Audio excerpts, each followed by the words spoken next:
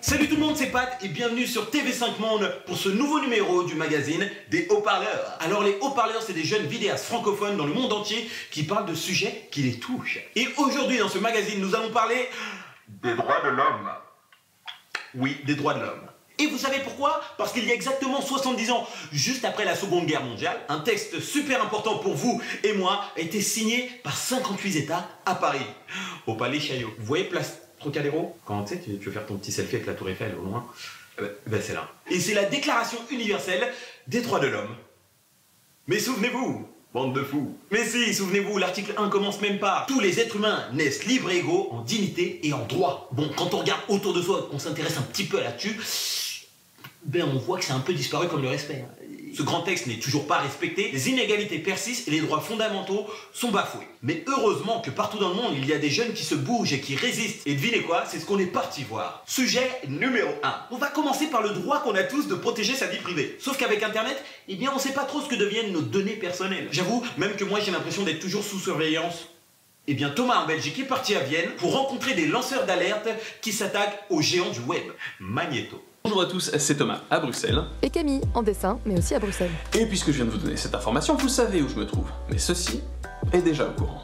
Et puisque mon téléphone sait que je suis à Bruxelles, Facebook le sait. Et puisque Facebook le sait, Twitter le sait. Et puisque Twitter le sait, toutes les autres applications sont déjà au courant. T'es pas malin aussi, t'as qu'à désactiver le GPS et puis c'est bon. Alors oui, je pourrais juste bloquer mon GPS, mais ça ne règle pas la question de savoir quelles sont les données que ces compagnies connaissent sur moi. Et tout ça c'est caché dans ce texte rébarbatif et jargonneux qu'est la politique de confidentialité. Tu veux dire que le texte barbant sur lequel on clique oui direct pour pouvoir arriver à sa page? Moi non plus, je ne les lis jamais, parce que c'est trop compliqué. Et pour pallier à ce problème, l'Union Européenne est venue avec une idée, c'est le RGPD, le Règlement Général sur la protection des données.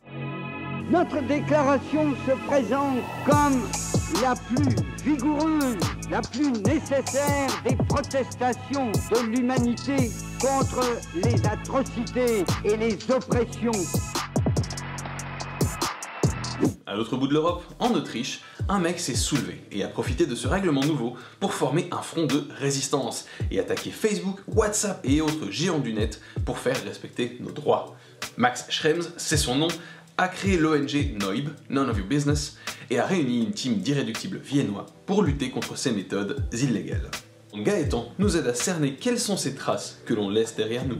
Certaines sont évidentes, comme notre nom, notre adresse, notre mail, notre date de naissance, notre photo, notre adresse IP, notre opinion politique, notre opinion religieuse, notre âge ou encore notre orientation sexuelle. Mais pourquoi est-ce que c'est pas terrible qu'ils collectent tout ça?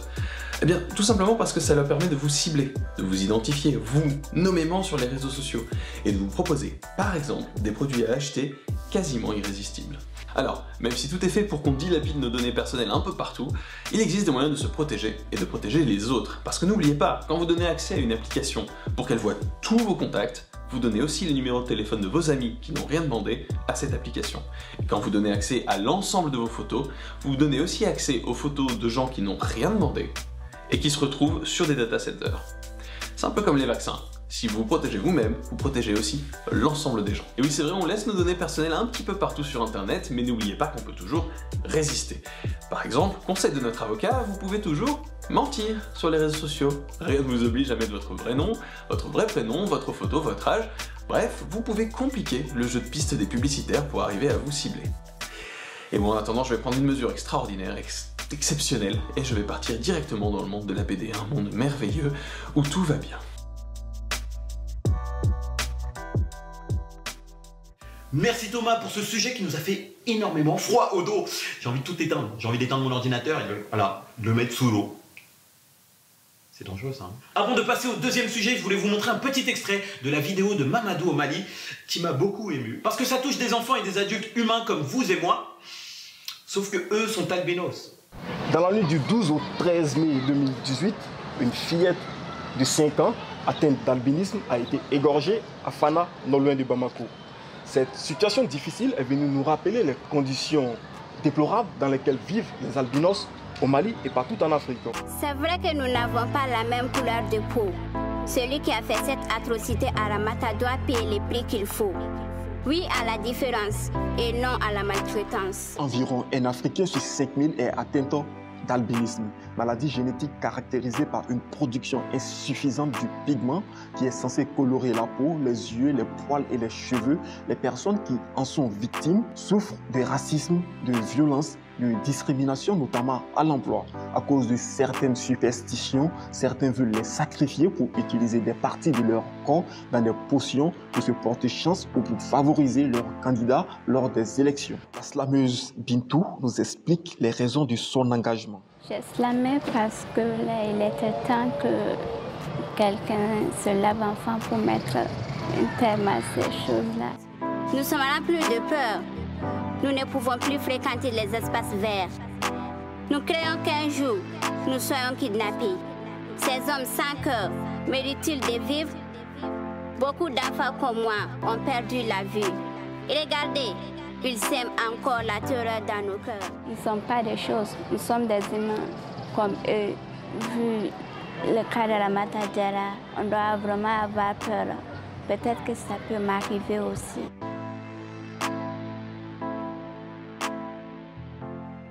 Maintenant, nous allons regarder la vidéo de Maha au Maroc, où comme beaucoup d'autres pays, des villageois n'ont pas accès aux hôpitaux. Révoltés par ça, des étudiants en médecine ont créé des caravanes pour venir les soigner gratuitement. Allez, on regarde ça ensemble. Ici, comme dans beaucoup d'autres pays, des villageois peuvent mourir de piqûres de serpents. Je suis Maha au Maroc et j'ai découvert une situation alarmante. La plupart des milieux ruraux de mon pays souffrent de déserts médicaux. Pas d'hôpitaux, pas de médecins, pas d'ambulances à proximité. Des jeunes étudiants en médecine ont tenté d'apporter leur aide et ils m'ont épaté. C'est cette histoire que je vais vous raconter.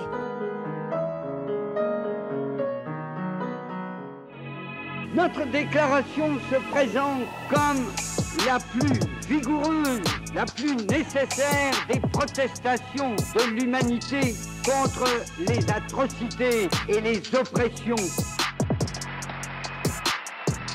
Au Maroc, un fossé sépare le milieu rural et le milieu urbain et le système de santé ne fait pas exception. On parle de 13 millions de personnes habitant loin des infrastructures et les plus chanceux peuvent se déplacer à l'hôpital public de la ville la plus proche.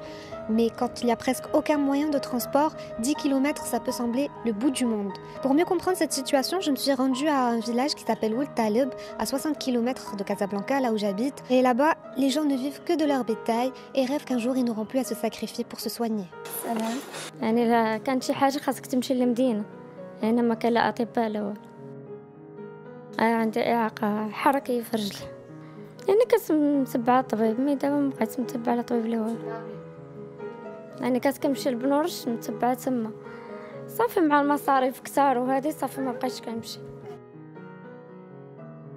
Pour réduire les frais médicaux, le gouvernement, sur le mandat de Abdallah Ben Kiren, a mis en place en 2012 un régime d'assistance médicale, la RAMED, pouvant aider les plus démunis à consulter gratuitement dans les hôpitaux publics.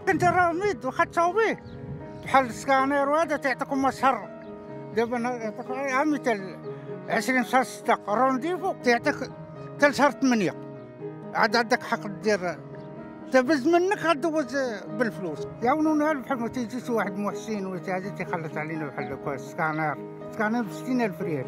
Mais des étudiants en médecine montrent pour autant une solidarité envers les personnes vivant loin des centres médicaux. Plusieurs fois par an, ils organisent des caravanes médicales et se déplacent dans les populations rurales à travers le pays.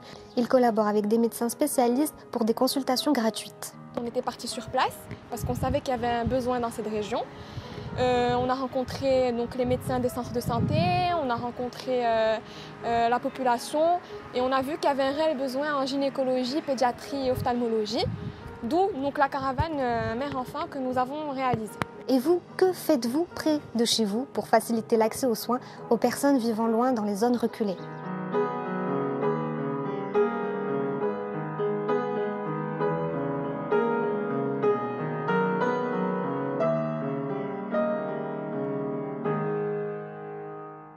Un énorme bravo et un gros respect à ces étudiants qui ont le courage de construire tout ça. Je vous encourage, vous êtes très forts et Maha, je joue bien du piano. Bien. Ah, moi j'aime bien, j'apprends. Passons maintenant au dernier sujet et là, on part au Cameroun. Je ne vais pas dire son nom parce que je sais que je vais le saccager, je vais dire ou il, voilà. Je vais dire il. Où un homme fait un drôle de coming out. Et oui, il avoue qu'il n'est pas homophobe. Parce qu'au Cameroun, comme beaucoup d'autres pays, être homophobe, bah c'est presque normal. Et les agressions font partie du quotidien des personnes homosexuelles. Bonjour, je m'appelle Ecclésias Deduy, je suis journaliste et blogueur. Aujourd'hui, je vais vous parler de la condition des personnes LGBT ici au Cameroun. Je vais vous parler de la législation sur l'homosexualité et je vais aussi vous faire mon coming out. Moi, je ne suis pas un homophobe. Notre déclaration se présente comme la plus vigoureuse, la plus nécessaire des protestations de l'humanité contre les atrocités et les oppressions. Avant toute chose, que dit la loi camerounaise à ce sujet? Dans le code pénal, toute relation sexuelle entre personnes de même sexe était punie de peines d'emprisonnement allant de 6 mois à 5 ans. Écoutons aussi ce que disent les défenseurs des droits humains. Oui, en général, le Camerounais, il est homophobe. On le constate bien au traitement médiatique qu'on voit sur la question LGBTI. Donc si pour vous, le mot homosexuel est bien, gardez ça pour vous. Notre pays n'a pas encore accepté ça. Il y a des personnes qui demandent qu'on assassine toutes les personnes LGBT. Écoutons aussi ce que disent les personnes concernées par cette victimisation, à savoir les personnes LGBTI. En 2010-2011, j'ai subi un viol correctif. J'étais dans un quartier de Douala, la cité de Palmiers, où 3 garçons, 3 jeunes hommes m'ont copieusement violée. Des personnes qui se font renvoyer de leur famille, rejeter de leur famille parce qu'ils ont une orientation sexuelle différente, des personnes qui se font tabasser. Même si dans la réalité, c'est encore difficile pour les personnes LGBT de déclarer ouvertement leur homosexualité, et c'est d'autant plus difficile aussi pour les personnes qui ne sont pas homophobes. Mais depuis quand tu sais que tu n'es pas homophobe? Je sais pas, je me suis juste réveillé ce matin comme ça et puis j'ai constaté que je ne détestais plus les homosexuels. Mais vous m'inquiétez là, dites-moi, c'est contagieux? La tolérance, non. Mais par contre, on dirait que l'homophobie est un comportement très contagieux auprès des milieux jeunes. Pour moi, l'homosexualité, c'est un sujet tabou. Bon, pour moi, ce sont des rapports que l'on ne doit pas faire. Moi, je ne suis pas homophobe. J'ai rédigé des articles pour contribuer à la déstigmatisation des personnes LGBTI. J'ai travaillé avec des homosexuels. J'ai des amis qui sont gays, lesbiennes, bisexuels, transsexuels, intersexuels, etc. Et tu le dis aussi ouvertement. Mais oui, parce que c'est facile d'être un hétérosexuel et de le déclarer au grand jour. C'est facile d'être un homme infidèle et d'afficher ses conquêtes féminines en public. Pourquoi est-ce que les homosexuels n'ont-ils pas aussi le droit de faire leur coming out? Beaucoup de magistrats ont appris comment être un magistrat ou un juge de l'homosexualité. Je suis homophile et je suis le défenseur des homosexuels.